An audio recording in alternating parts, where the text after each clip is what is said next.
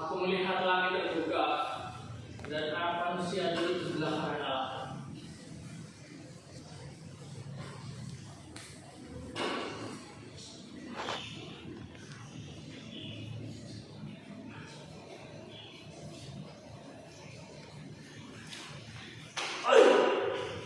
Ya Tuhan, terimalah rohku.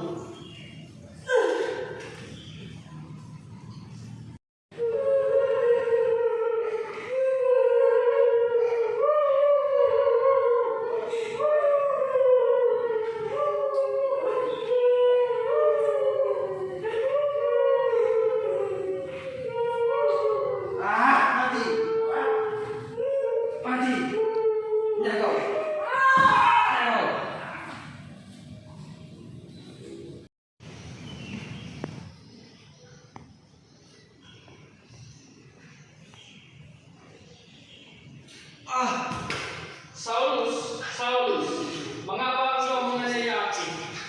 Siapakah itu Tuhan? Akulah Yesus yang kau aniaya itu. Bangunlah dan pergilah ke dalam kota itu. Di sana akan dikatakan kepadamu apa yang harus kau perbuat. Aku dan mataku, aku tidak bisa melihat. Sini Tuhan, kami tuntun. Sini Tuhan, kami tuntun ke dalam. Ayo.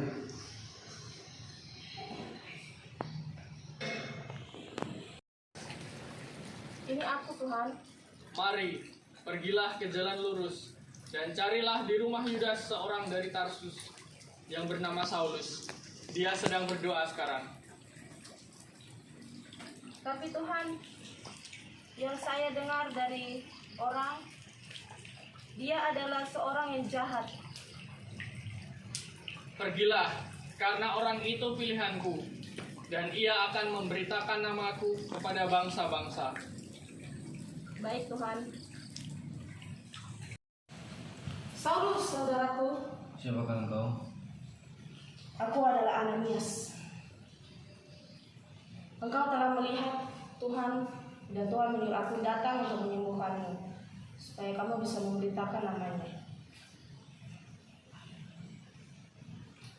Mari kita berdoa. Tuhan Allah Bapa yang baik, kiranya Engkau membuka mata dari Saulus dan ia bisa memberitakan firman-Mu. Amin. Aku bisa melihat. Ini mujizat Tuhan. Karena kamu sudah bisa melihat dan kamu sudah melihat mujizat, saya akan membaptis engkau.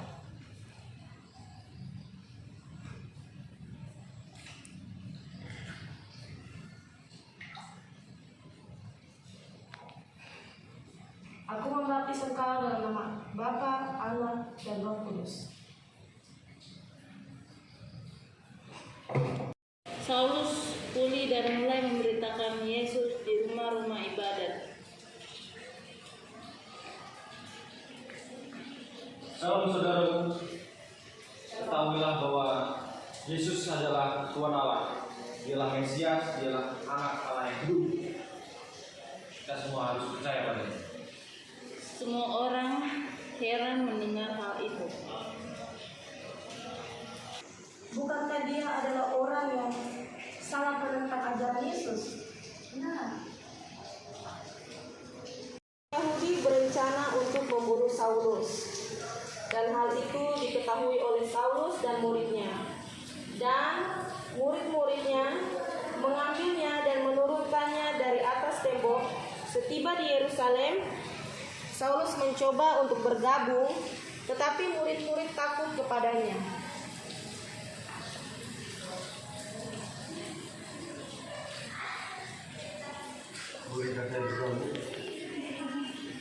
Jangan takut, saudaraku. Ini kami bawa Saulus.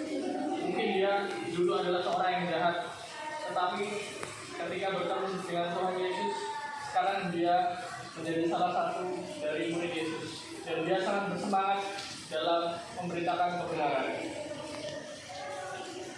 Lalu Paulus dan kawan-kawannya meninggalkan Pafos dan berlayar ke Perge di Pamfilia, tetapi Yohanes mereka lalu kembali ke Yerusalem. Dari Perga, mereka melanjutkan perjalanan mereka lalu tiba di Antioquia di Pisidia. Pada hari Sabat, mereka pergi ke rumah ibadat lalu duduk di situ.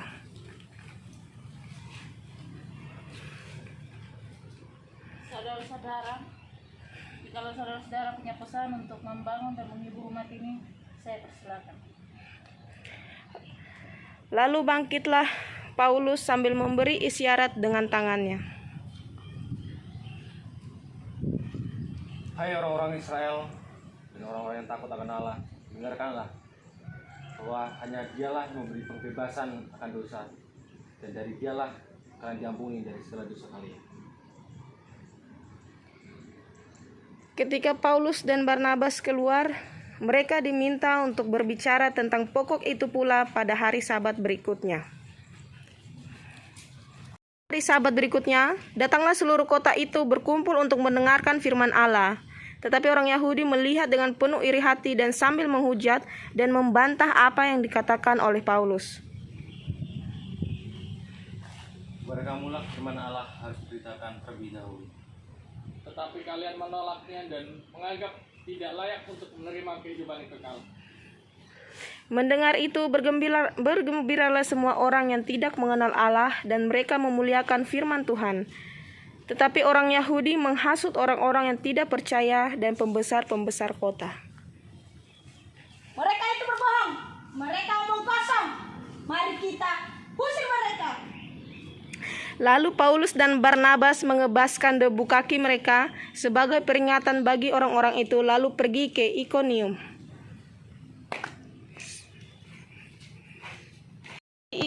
Di Ikonium pun kedua rasul itu masuk ke rumah ibadat orang Yahudi, lalu mengajar sedemikian rupa sehingga sejumlah besar orang Yahudi dan orang Yunani menjadi percaya.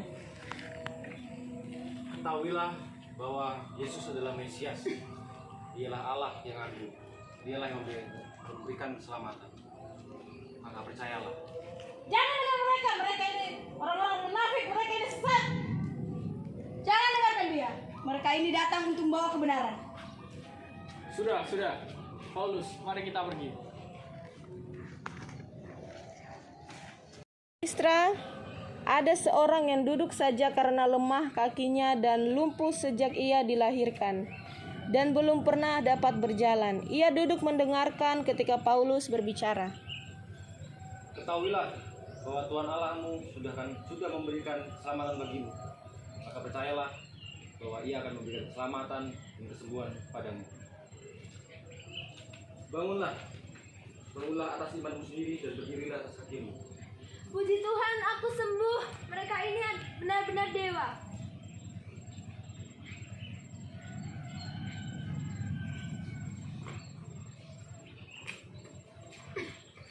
Tidak, jangan mempersembahkan kepada kami. Kami hanyalah manusia biasa seperti kalian. Benar. Mereka ini orang-orang munafik. Mereka menggunakan sihir untuk menyembuhkan orang. Mari lempari mereka dengan batu. Oke.